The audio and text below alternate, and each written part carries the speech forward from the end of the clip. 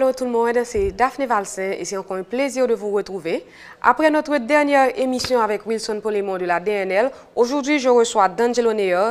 D'Angelo, il est journaliste, il anime une émission sous livre d'ailleurs qui est Délivrez-vous et il était animé tout cause qu'il dit sous RFI. Mais aujourd'hui, je le reçois comme directeur général de la Bibliothèque nationale d'Haïti, bibliothèque là qui t'a fêté semaine qui s'est passée en la 82 ans d'existence. Avec D'Angelo, on va parler de la mission de cette institution. Nous allons parler tout de lui-même qui bilan que il a adressé pour 2 ans que il gagne dans cette institution ça et tout défi que l'a affronté dans le moment parce que nous connaissons très bien que zone bibliothèque là, les un petit gens compliqué, bibliothèque là pas fréquenté, gens te connaît, gens t'adoué. Donc voilà, c'est de tout ça que je vais parler avec D'Angelo Neyer, directeur général de la Bibliothèque nationale d'Haïti.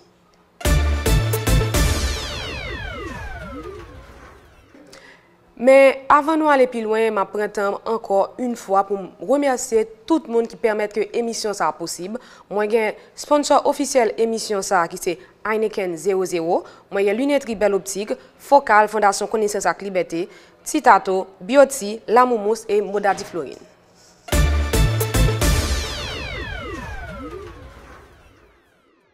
Merci D'Angelo, c'est vraiment un plaisir de t'avoir sur le plateau avec moi aujourd'hui. C'est toi qui généralement reçois les gens pour parler de livres et aujourd'hui je te reçois.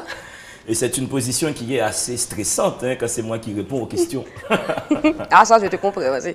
Moi non plus je n'aime pas répondre aux questions.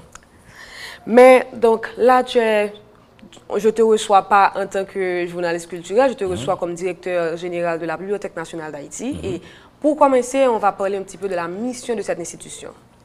Alors, la mission de la bibliothèque est d'abord symbolique. La Bibliothèque nationale a pour responsabilité de sanctuariser toutes les intelligences qui sont en circulation en Haïti. De manière concrète, la Bibliothèque nationale, c'est l'expression de la volonté de l'État d'Haïti pour valoriser la connaissance, valoriser le savoir. C'est signe que Haïti croit que seule la connaissance peut aider à construire un lendemain meilleur. De manière pratique, maintenant, la Bibliothèque nationale a pour mission de rassembler, de valoriser et de mettre en avant tout ce qui se publie en Haïti. Livres, journaux, revues, CD, DVD, affiches, domaine Internet, émissions de télévision. C'est une bibliothèque qui a pour mission de garder la mémoire intellectuelle et éditoriale de la nation. Tout ce qui est parole sur Haïti, tout ce qui est témoignage sur notre façon de vivre dans ce pays, tout ce qui est publication intellectuelle, la BNH a pour mission de rassembler et de valoriser cet ensemble. Pourquoi nous faisons ça? C'est parce que comme bibliothèque d'État, la BNH a le monopole de conservation du savoir. Et notre mission, c'est de rendre ce savoir disponible, accessible à toutes les couches de la population. Bon, grosso modo. Okay. Mais là, est-ce que par exemple, en termes de chiffres, tu pourrais un petit peu dire, est-ce que vous avez une idée de la quantité de livres, bon, pas seulement de livres, puisque vous avez un petit peu tout, mais la quantité de pièces, on va dire. Alors, en termes de livres, on a quand même un fonds documentaire qui dépasse les 200 000 titres. Alors, pour les films, les DVD et tout ce qui va avec, malheureusement pour l'instant à la BNH, ces domaines-là ne sont pas encore conservés. C'est dans ma mission à moi que j'ai compris qu'une bibliothèque nationale aujourd'hui n'a pas à conserver que des livres, mais tout ce qui est témoignage de la marche d'Haïti, tout ce qui est preuve que ce pays a produit du contenu, même pour la publicité. Une affiche, je ne sais pas, pour Heineken qui date des années 40, la BNH a comme obligation de conserver ces affiches-là. C'est en ce sens-là, moi, que je dirige ma mission. Mais si je prends le bureau central à Port-au-Prince et les annexes, nous dépassons les 200 000 titres qui sont en conservation et mis à la disposition du public. Mais à côté de cette mission d'archives, de garder les archives, il n'y a pas que ça que la bibliothèque fait. Non, absolument. La bibliothèque a aussi ce qu'on appelle le monopole du dépôt légal. C'est quoi le dépôt légal pour les gens qui nous regardent? Chaque Haïtien qui publie un livre en Haïti, pour éviter que ce livre soit perçu comme étant un tract, la Bibliothèque nationale doit décerner à ce livre un numéro de dépôt légal. Ce numéro, c'est un numéro officiel que l'État d'Haïti donne au livre pour attester de son existence. On donne aussi à la BNH un numéro d'ISBN. C'est un numéro international attribué par l'agence ISBN internationale, et seule la Bibliothèque nationale en Haïti a la liberté, entre guillemets, le monopole de décerner un numéro d'ISBN. Le numéro d'ISBN, c'est l'identité internationale du livre. C'est ce qui permet au livre d'exister sur des plateformes numériques internationales comme Amazon, eBay, etc. Et c'est ce qui permet de différencier l'ADN du livre d'un autre livre. Daphné peut publier un livre qui s'appelle Les Lumières du Monde, mais il y a une autre jeune femme qui est en Suisse qui publie un titre qui s'appelle Les Lumières du Monde. Pour faire la différence entre ces deux livres, pour établir leur ADN distinct, c'est le numéro d'ISBN qui permet de donner au livre une intégrité, on va dire, internationale et éditoriale. Outre cette partie-là encore, même qu'on voit que la bibliothèque organise généralement aussi des activités un petit peu. Oui, on organise toujours des conférences et il n'y a pas longtemps là, pour marquer la journée internationale des droits des femmes, on avait fait une exposition sur des titres féminins que nous conservons à la bibliothèque. Et c'était aussi l'occasion d'inviter les usagers à visiter cette collection lumineuse d'œuvres produites par des femmes haïtiennes et des femmes étrangères. Et là, très prochainement, pour le 22 avril, pour marquer le centenaire de naissance de Jacques-Stéphane Alexis, on va organiser à la bibliothèque un ensemble d'expositions, de conférences autour de l'héritage romanesque et politique de Jacques-Stéphane Alexis. Il aurait eu 100 ans ce 22 avril. Et ce 22 avril nous rapproche aussi de la journée internationale du livre et du droit d'auteur. Donc il y aura un ensemble d'activités que nous allons organiser en ce sens-là. Nous organisons aussi des activités dans nos annexes. Si je prends le cas de Jérémy, si je prends le cas de La Caillet, de Croix des Bouquets, de Fort Liberté, ce sont des bibliothèques, on va dire, de proximité. C'est des bibliothèques de lecture publique où les jeunes qui habitent dans ces communautés ont droit à un ensemble d'activités, surtout liées aux jeunes des fois, l'heure du conte, le samedi, etc., où des jeunes sont exposés à un ensemble d'activités que nous organisons à la Bibliothèque nationale. Mais en termes de budget, c'est comment le budget qui est alloué au fonctionnement d'une institution pareille?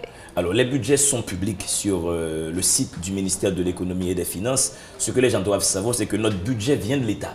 Et pour assurer le traitement salarial des employés et pour assurer, on va dire, l'organisation de la bibliothèque. La Bibliothèque nationale a un budget de 71 millions de gourdes pour fonctionner, le bureau central et les annexes. Bon, bien entendu, on aurait bien aimé qu'il y ait plus de budget. Quand je compare notre budget au budget de la Bibliothèque nationale de Cuba ou de Santo Domingo, on se rend compte qu'on est un petit peu loin du budget qui puisse permettre à une bibliothèque de fonctionner. Mais ce que les gens doivent savoir, toutes les bibliothèques nationales dans le monde sont soutenues par des mécènes. Même la Bibliothèque nationale de France, un pays extrêmement riche, la BANQ, c'est des mécènes, c'est des multimillionnaires, de grands investisseurs qui décident de faire des legs, de dons d'argent à ces grandes bibliothèques. Il faudrait en Haïti qu'on arrive à cultiver ce mécénat, cette intelligence de l'autre qui permettrait à des mécènes, à des gens extrêmement fortunés de financer les bibliothèques, comme c'est fait aux États-Unis, comme c'est fait en Suisse, Belgique, partout. L'État donne toujours une quote-part, un budget. Mais après, l'ensemble des activités, le rayonnement d'une bibliothèque nationale est toujours maintenu par des fonds privés. Mais des fois, on peut aussi s'interroger sur le niveau de priorité qui est accordé pour que ce soit par l'État à ces genres d'institutions. Parce que des fois, on va dire que peut-être que pour l'éducation, on aurait voulu qu'un plus grand budget soit alloué à certaines choses. Mais alors, grosso modo, très cher Daphné, le budget d'Haïti, c'est à peu près 5 milliards de dollars. Donc, c'est pour cette raison que tout est prioritaire en Haïti. Parce que les gens doivent savoir, on a 5 milliards. Quand tu prends le budget de Coca-Cola, de Facebook et d'Amazon, ça te donne le budget de la République d'Haïti. Donc, c'est normal qu'il y ait plein de problèmes dans tous les secteurs. C'est parce que malheureusement, ce pays n'a pas une économie forte. Et comme la Bibliothèque nationale est un élément dans un écosystème au sein duquel il n'y a pas beaucoup d'argent qui circule, donc la bibliothèque en pâtit aussi. Et beaucoup d'activités qu'on aurait souhaité faire, mais qui sont entre guillemets budgétivores, on n'arrive pas à les tenir dans de telles circonstances. Mais le mécénat pourrait nous aider. Parce que moi, je regarde vraiment ce qui se passe toujours autour de moi, dans la Caraïbe d'abord, puis vers les pays du Nord, et je me rends compte que le modèle économique sur lequel est assis, on va dire, les bibliothèques nationales et régionales, mais une bibliothèque communautaire, c'est toujours la communauté qui gère, c'est des mécènes, c'est des entreprises privées qui décident que ces bibliothèques doivent continuer à former des jeunes, pas pour leurs beaux yeux, afin que ces jeunes puissent devenir eux-mêmes des employés après de ces entreprises-là. C'est dans une logique de rentabilité presque que Coca-Cola, par exemple, finance une bibliothèque aux États-Unis. C'est pour qu'il y ait plus d'ingénieurs formés en chimie qui vont bosser pour Coca-Cola. Coca-Cola sera toujours riche. Et j'aimerais beaucoup qu'en Haïti, que les hommes d'affaires aient cette vision de l'État, aient cette vision de la formation académique. Investir dans la formation des jeunes, c'est créer des employés compétents qui vont fructifier à l'avenir le chiffre d'affaires de l'entreprise. Mais malheureusement, on n'a pas encore cette logique. Et c'est pour ça qu'à mon avis, jusqu'à présent en Haïti, on n'a pas de grandes entreprises multinationales. C'est parce que la logique n'est pas dans l'investissement pour des employés de haut niveau. Au cours de ta réponse précédente, tu as parlé de beaucoup de choses que vous autres, au niveau de la bibliothèque en général, aimeriez faire et qui n'est pas possible. Mais là, toi, tu as pris les rênes de la bibliothèque en avril 2020, donc ça c'est genre 2 ans maintenant. Est-ce que tu peux un petit peu dresser un bilan de ce que tu as accompli entre-temps? Et alors, quand je suis arrivé, malheureusement, je suis arrivé en pleine saison de Covid. Tout le monde avait peur, etc. Donc, pendant les premiers mois, on n'a pas pu véritablement lancer de grandes activités parce que la BNH, comme d'autres établissements, fonctionnait vraiment à moitié régime. Mais on a pu quand même faire des petites choses. On a pu faire un livre avec les prisonniers qui sont au pénitencier national, en accord avec la ministre qui gérait à l'époque les droits humains. On a pu exposer ces prisonniers à l'œuvre, à la pensée de Jean Price-Mars, et on leur a demandé après de s'exprimer à peu près dans cette même logique de rhétorique. Et c'était génial que de constater des prisonniers, des gens qui sont placés à l'écart de la société pour des fautes, il faut aussi le reconnaître que ces gens-là ont commis, mais ces gens-là se sont mis à l'écriture et on a pu produire un ouvrage collectif, Paroles de prisonniers. J'ai pu modestement faire la préface du livre et ça nous a beaucoup touchés. La BNH avait 2 annexes qui étaient fermées avant mon arrivée, Marigot et Jacmel, pour plein de raisons budgétaires, institutionnelles, etc. Ça n'allait pas. Je me suis dit, ma mission consiste là, pour ma première année déjà, à rouvrir ces 2 annexes. Parce que je ne considère pas que la République puisse résumer toutes ses activités intellectuelles à Port-au-Prince. Il faut que tous les Haïtiens aient les mêmes chances dans la vie. Et c'est une bibliothèque qui donne à tout Haïtien les mêmes chances. Donc c'était pour moi une priorité que de rouvrir la bibliothèque à Marigot et à Jacmel. Et ça, on a pu le faire. Je suis très content d'avoir fait ça. C'était pour moi une priorité que de participer à l'aboutissement de ce projet pour reconstruire la bibliothèque de Jérémie. Parce que Jérémie, dit-on pompeusement, c'est la cité des poètes. Comment une ville de poètes peut ne pas avoir une bibliothèque? Mais tout ça correspond à une vision que j'ai de l'État, et très cher Daphné. Je pense que l'État doit instituer une justice cognitive, c'est-à-dire que tout Haïtien puisse avoir un accès égal au savoir et à la connaissance. Tu ne peux pas taxer quelqu'un de délinquant, de bandit ou de tous les titres véreux que tu souhaites si tu n'as pas exposé cette personne préalablement à ce qui peut élever son âme, c'est-à-dire l'école, l'économie de la connaissance. Et c'était pour moi très important que d'intégrer tous les Haïtiens dans cette économie de la connaissance. Si j'avais plus de budget, j'aurais pu faire ça dans presque toutes les autres villes du pays. Mais heureusement qu'on est soutenu au niveau de l'État par la DNL, qui gère aussi des claques. Ça fait une action, on va dire, qui est mutualisée, qui permet à des jeunes qui n'habitent pas dans la capitale d'avoir un accès égal au savoir et à la connaissance. Et il y avait un garage à la rue du centre là, et qui occupait presque toute la rue. Et j'ai pu contacter la mairie, j'ai pu contacter la police, les autorités concernées par cette question, pour au moins expliquer aux garagistes, on n'a rien contre le fait qu'une activité économique puisse se développer dans l'informel. Dans tous les grands pays, il y a toujours une économie informelle, parallèle. Moi, j'ai déjà vu à Paris des marchands de maïs grillés. On était à Paris, Trocadéro, etc. Donc, une économie informelle, tu ne peux pas te battre contre ça et empêcher aux gens d'avoir accès à cette économie-là. Par contre, tous les États ont des espaces qui sont sanctuarisés. des espaces qui symboliquement représentent quelque chose, comme la rue du Centre où est la Bibliothèque nationale. Donc on a pu expliquer ça aux garagistes et qui ont compris qu'il fallait vraiment délocaliser quelque peu leurs activités et je suis un peu content de ça. Qu'est-ce qu'on a pu faire d'autre? On avait un sérieux problème d'alimentation, on va dire électrique, à la bibliothèque. Parce que quand je suis arrivé, il y avait un groupe électrogène qui datait de la préhistoire.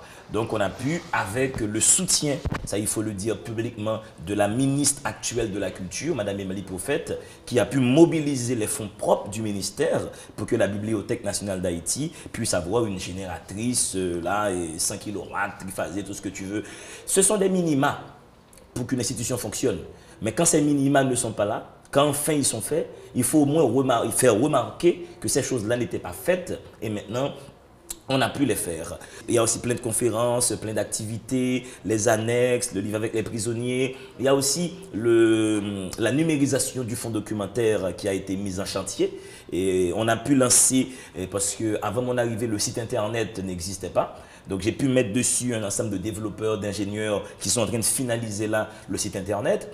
Avant mon arrivée, la BNH était presque, je ne vais pas utiliser le mot exclu, mais on va dire mise de côté par rapport à de grandes instances internationales qui gèrent les bibliothèques, et Accuril par exemple, RFM, le réseau francophone numérique des bibliothèques. J'ai pu mobiliser mes réseaux, mobiliser ce que j'ai comme acquis pour remettre la Bibliothèque nationale sur ces plateformes internationales qui gèrent des bibliothèques nationales. Donc on a pu comme ça, avec les moyens du bord, poser ces actions-là pour que cette bibliothèque continue à exister dans les esprits et à représenter ce qu'elle est, c'est-à-dire l'âme de ce pays. Je vais revenir sur au moins deux des points que tu as cités. Je vais d'abord revenir sur la rue du Centre. La rue du Centre, c'est vrai qu'il y a le garage qui gênait, mais à côté de cette histoire de garage, il y a encore de plus grands problèmes parce que maintenant, aller à la bibliothèque, bon, c'est pas moi qui vais te l'apprendre. Les invités, les lecteurs se font rares, mais les lecteurs se font rares parce que la zone ne les encourage pas. Donc, est-ce qu'il y a des actions qui ont été entreprises en ce sens et où est-ce qu'on en est? Alors, moi, j'ai informé mes collègues de la police nationale, mes collègues du ministère de la Justice, pour que des actions soient conduites à ce niveau-là. Mais en même temps, que les gens qui nous regardent là ne se disent pas que la rue du Centre est totalement infréquentable. C'est comme ce qui se passe en Ukraine ou dans une rue au Yémen. C'est vrai que la situation n'est pas ce qu'elle aurait dû être. C'est vrai qu'il y a des soucis de sécurité au centre-ville de Port-au-Prince et ça handicape presque toutes les institutions qui sont au bas de la ville. Nous avons la BRH qui n'est pas loin, le Noveliste est dans la même rue que la Bibliothèque nationale. En face de nous, les frères de Saint-Louis de Gonzague ont leur fameuse bibliothèque patrimoniale également. Le ministère de l'Intérieur, la Cour des comptes, c'est un ensemble d'institutions qui se trouvent au centre-ville de Port-au-Prince, qui sont malheureusement paralysés un petit peu ou qui fonctionnent à moitié régime à cause d'une situation, on va dire, de sécurité volatile qui prévaut au centre-ville de Port-au-Prince. Mais malgré tout, je vois toujours des gens descendre. Je vois des gens aller à la Cour des comptes, des gens vont à la BRH. Je voulais justement y venir parce que moi, personnellement, je vais au Noveliste. Ouais. Donc, est-ce qu'à côté de ce problème de sécurité, il n'y a pas autre chose qui fait que nous ne parlons de la bibliothèque là? Alors, des gens descendent quand même à la bibliothèque. C'est vrai que lecteurs dégainés dans les années 80, on n'a plus la même quantité de lecteurs. En même temps, c'est un pays qui a beaucoup changé entre-temps. Des années 90-2000 à aujourd'hui, il faut reconnaître qu'il y a une crise de la lecture en ce moment dans la République. Il y a des gens qui lisent de moins en moins. Les gens ont aussi des moyens alternatifs pour lire. Maintenant, les gens ont plein de bibliothèques nationales qui mettent leur contenu en ligne. Tu peux de chez toi étant aujourd'hui avoir accès au catalogue de la Bibliothèque nationale de France, Québec, Belgique. Du coup, il y a beaucoup de chercheurs en effet qui descendaient au centre-ville de Port-au-Prince. La situation de sécurité l'est décourageante. J'imagine que soit ces lecteurs ont laissé le pays, soit utilisent des moyens alternatifs pour fonctionner. Mais pour la fête de la bibliothèque, et il y a quelques jours là, il y avait du monde. Oui, voilà, il y avait une occasion, vous avez pu réussir à attirer du monde dans la bibliothèque. Donc peut-être que est-ce qu'il ne faudrait peut-être pas avoir plus d'activités pour trouver un petit peu comme des excuses pour faire venir les gens? On va continuer à poser des actions pour que les gens continuent à venir justement à cette bibliothèque. Et ce n'est pas pour rien que nous faisons un ensemble de conférences, d'expositions. Et là, avec le ministère de la Culture, on a lancé l'année de la belle amour humaine pour attirer l'attention des gens, des jeunes de ce pays sur l'œuvre de Jacques-Stéphane Alexis. Dans cette logique-là, nous attendons beaucoup plus de jeunes qui vont faire le déplacement pour venir à la bibliothèque. Mais l'une des raisons principales pour lesquelles les jeunes ne viennent pas, il faut reconnaître qu'en ce moment, beaucoup de jeunes dans ce pays sont presque dans une déconvenue intellectuelle. C'est des jeunes qui sont désaxés, sans repère et qui ne voient pas dans les livres des sources de bien-être.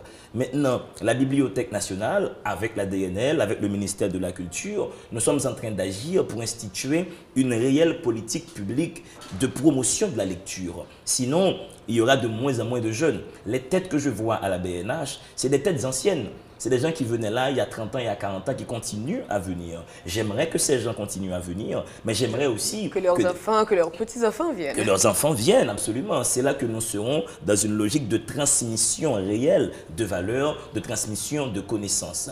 Mais je dois encore saluer tous les employés de la bibliothèque qui, eux, sont toujours là, qui sont toujours à la tâche et qui continuent à valoriser ce que nous avons comme collection. Les avocats, les médecins, les ingénieurs, les étudiants qui descendent à la bibliothèque trouvent toujours un employé qui est très souvent un bibliothécaire médiateur qui permet à ses usagers d'avoir accès au contenu que nous avons. Mais nous attendons très honnêtement que mes collègues de la police, ils sont au courant de la situation, qu'ils fassent de leur mieux pour assainir la zone. Là, bon, on approche de la fin, mais je veux aller vers l'avenir du livre. Parce que là, je discutais récemment avec M. Polémon pour la DNL, et là, moi, je lui ai parlé aussi de l'avenir du livre. Genre, là, tu as soulevé le point qu'il y a de moins en moins de personnes qui lisent. Donc, en termes de production, je ne pense pas qu'on ait un problème, mais c'est surtout au niveau de la consommation de tout ce qui est produit que le problème se pose. Donc, peut-être qu'il faut des plans spécifiques pour pallier ce problème. Moi, je pense que c'est dans le monde actuellement, il y a ce problème de lecture. Les gens lisent de moins en moins aux États-Unis aussi, en France, au Canada et en Haïti, malheureusement. Nous souffrons de ça aussi. Mais l'une des raisons pour lesquelles les gens ne lisent pas, c'est parce qu'ils sont victimes d'une maladie que j'appellerais une infobésité. Nous avons l'obésité, voilà, c'est ce que j'ai là. Je suis en début de carrière pour l'obésité. Mais il y a aussi une infobésité. Les gens sont exposés à trop d'informations. Et ils ne savent plus comment consommer et digérer autant d'informations. Aujourd'hui, tu as TikTok, Facebook, tu as Amazon, tu as Disney. Les gens sont exposés à tellement d'informations qu'ils sont perdus. Et comme le livre requiert un temps où tu es posé, où tu te connectes à un ensemble de papiers qui te permettent d'avoir un regard plus intelligent sur le monde, les gens n'ont plus ce temps-là malheureusement, ou l'ont de moins en moins. Une autre raison, les gens sont occupés par l'argent, très cher Daphné. Les gens sont occupés par l'économie, par une logique de rentabilité tout de suite. Or, les gens n'ont pas compris que les livres sont des sources de revenus également. Oui, parce qu'il y a toute une industrie derrière lui. Absolument. Et celui qui lit, il est compétent, il peut occuper des fonctions respectables, et il peut avoir un travail et gagner de l'argent en lisant. Mais les gens sont malheureusement dans cette infobésité et les gens lisent de moins en moins. Moi, je pense que l'avenir du livre, c'est dans la dématérialisation. Il faut arriver à faire de plus en plus de livres audio. Il faut arriver à faire de plus en plus de livres qui sont dans le digital. Moi, je veux revenir justement à la deuxième partie. C'était pour... Tu as parlé de la numérisation Absolument. Tout, mais là, je voudrais savoir, enfin, à quel stade que vous en êtes au niveau de la bibliothèque. Et en plus, parce que c'est vrai qu'il y a cette partie que la bibliothèque, c'est les archives, mais par contre, il faut aussi arriver à soutenir les nouveaux auteurs pour qu'ils puissent aussi, parce qu'il y a des livres qui sont très demandés, mais là, si je veux offrir un livre haïtien à quelqu'un, je dois à tout prix trouver un moyen de lui faire parvenir la copie dure. Et des fois, c'est compliqué. Oui, absolument. Et c'est vrai qu'en ce moment, les copies dures, voilà, pour l'instant en Haïti, les copies dures existent. Et il y a beaucoup de livres de jeunes auteurs qui existent. Mais laisse-moi te donner une primeur sur ce qu'on va faire à la BNH. Ce 22 avril, je vais lancer officiellement le Grand Prix du jeune écrivain haïtien. C'est pour soutenir des auteurs qui n'ont pas encore 35 ans, qui n'ont pas encore de renommée, qui n'ont pas forcément de réseau et qui publient comme ça un livre et on va constituer un jury d'écrivains, on va dire vétérans pour le coup, qui vont travailler sur les textes reçus et décerner à la fin de cette année 2022 ce Grand Prix du jeune écrivain haïtien. Et pour nous, à la BNH, c'est une action qui va permettre de valoriser et de visibiliser ces jeunes auteurs qui constituent l'avenir de notre littérature. Aujourd'hui, Haïti est très respecté sur la scène internationale par la qualité de ses écrivains. Ne citons même pas de nom pour éviter de faire des jaloux. Mais les auteurs haïtiens remportent des prix prestigieux un peu partout à travers le monde. Si on veut garantir, on va dire, la pérennité de cette réputation de pays francophones produisant d'excellents écrivains, il faut là tout de suite investir dans les jeunes générations. Voici pourquoi le cœur de mon action se situe dans les villes de province où je me dis, ces jeunes-là aussi sont des écrivains en herbe, sont des poètes en construction. Il faut que la bibliothèque de leur pays crée la situation idéale pour que ces jeunes puissent être capables de production. Donc voici dans quelle logique nous agissons à la Bibliothèque nationale avec les moyens dont nous disposons. Et qu'en est-il de l'avancement de la numérisation de votre fonds? Alors nous sommes en contact avec la Bibliothèque nationale du Québec qui a établi avec moi un accord de principe sur ça. Et on va recevoir dans 2 semaines là, pour commencer un premier, on va dire, tanker de livres, mais de livres physiques durs. Après, il y aura une formation à l'interne à la Bibliothèque nationale. Après, 6 employés vont partir justement à la Bibliothèque nationale du Québec pour visiter leur labo de numérisation et pour venir encore en Haïti transférer ce savoir-faire-là. Et c'est à ce moment-là qu'on pourra reconstituer, remonter notre atelier de numérisation. On doit absolument rentrer dans une logique collégiale, multilatérale. Avec la Bibliothèque nationale de France, je dois remercier la délégation haïtienne qui est à l'UNESCO. On a un accord de principe déjà pour reconstruire la Bibliothèque nationale d'Haïti. Il faut un bâtiment, il faut le reconnaître, Daphné, plus moderne, il faut un bâtiment... De toute façon, la conservation de livres aussi anciens, ça demande certaines conditions. Absolument. C'est des conditions particulières qu'il faut réunir pour arriver à conserver des livres. Il y a 5 ans, on disait dans une bibliothèque, il ne faut pas parler, c'était le silence, le silence. Dans les nouvelles bibliothèques, on aménage même des espaces pour parler. C'est écrit, allez parler là. C'est ouvert, c'est possible. Dans une bibliothèque, aujourd'hui, il y a un restaurant, il y a un café, tu prends une bière. C'est un espace de rendez-vous. Moi, je pense que le truc, c'est de rendre cool la lecture. Absolument, absolument, absolument. Absolument. Si on n'arrive pas à présenter la lecture comme une activité de fête, et c'est une fête en effet, c'est une fête de l'esprit, quelqu'un qui rentre dans un livre. Et Yannick Laens, je pense là tout de suite à elle, mais lire La couleur de l'aube, tu rentres dans un univers, c'est magnifique, tu as de nouveaux personnages, de nouveaux amis. La lecture est une activité jouissive, c'est une activité à laquelle on s'adonne pour s'amuser. Et les bibliothèques nationales ont cette mission-là, que de participer à décomplexer le regard que les gens ont sur les livres. Parce que beaucoup de jeunes qui nous regardent là maintenant voient un livre comme une corvée académique, une sanction. Il est temps que ces jeunes-là puissent voir dans les livres un match de football. C'est comme un film. Et la plupart des grands films que nous adorons viennent de livres. Ils ont d'abord été écrits. Absolument. Donc, pour conclure, je voudrais te demander de rappeler un petit peu les prochains rendez-vous avec la bibliothèque. Alors, prochain rendez-vous, c'est pour le 22 avril. Ça va être une fête énorme à la bibliothèque. Et là, j'ai choisi mes mots, le mot fête. Jacques-Stéphane Alexis aurait eu 100 ans cette année. C'est un illustre, un merveilleux écrivain haïtien qui a marqué sa génération et l'un des premiers à intégrer une collection prestigieuse à Gallimard. Ça fait longtemps, hein. Haïtien a écrit bien et avec une valorisation, un rayonnement international. Et malheureusement, il a été assassiné par les sbires de Papadoc et parce qu'il était aussi un politicien, il était contre la dictature, il a été arrêté et lâchement assassiné. pour marquer son centenaire, la Bibliothèque nationale d'Haïti, mais pas elle seule, le ministère de la Culture aussi, Madame Prophète qui a lancé l'année de la belle amour humaine, et il y aura d'autres institutions partenaires qui vont organiser un ensemble d'activités, exposition de livres de Jacques-Stéphane Alexis, conférences autour de son œuvre, lecture scénique pour visibiliser Alexis.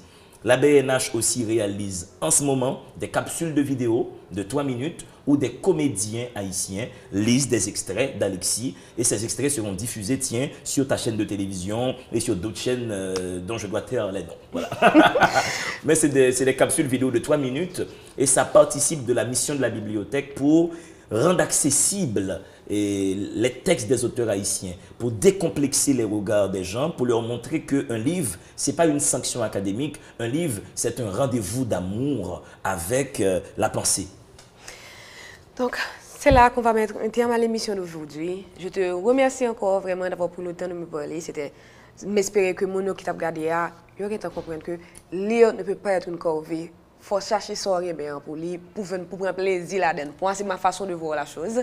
Merci encore d'avoir accepté mon invitation. C'était un plaisir de t'avoir. Au plaisir, très chère Daphné. Gardons bonheur.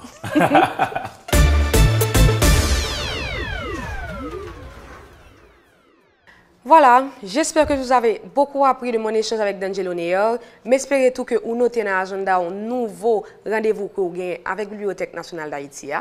Et moi-même, avant d'aller, je vais saluer le sponsor encore. Moi, j'ai Heineken 00 qui c'est une bière sans alcool, qui a très peu de calories, qui fait déjà d'ailleurs avec tout ça qui est dans Heineken normal là. Alors, sauf alcool là. Son bière sans alcool, je vais répéter, son bière sans alcool, idéal pour lunch, pour chauffeur responsable qui ne boire au volant. Après Heineken, moi j'ai Lunetterie Belle Optique qui est avec moi dès le début. Moi j'ai tout Focal, Fondation Connaissance et Liberté. Moi j'ai Titato. Titato c'est une activité pour tout le monde. Il y a une équipe jouet, des gros jouets gonflables que il a fait tourner avec dans tout le pays. Il passe quoi des bouquets, il passe Fort Liberté, il passe Cap Haïtien. Donc, j'espère que vous même surveiller les petits tatouages passer bon la caillou parce que lui offre une série de divertissements sains pour tout le monde. En pile jouet, musique, bon ambiance. Moi gagné Beauty, Studio Beauty qui occupe de moi. Moi gagné la Momos qui toujours déplacé pour venir aider m'habiller. Moi gagné boutique Modadi Florinto qui supporte qui fait que émission ça arrive la caillou aujourd'hui.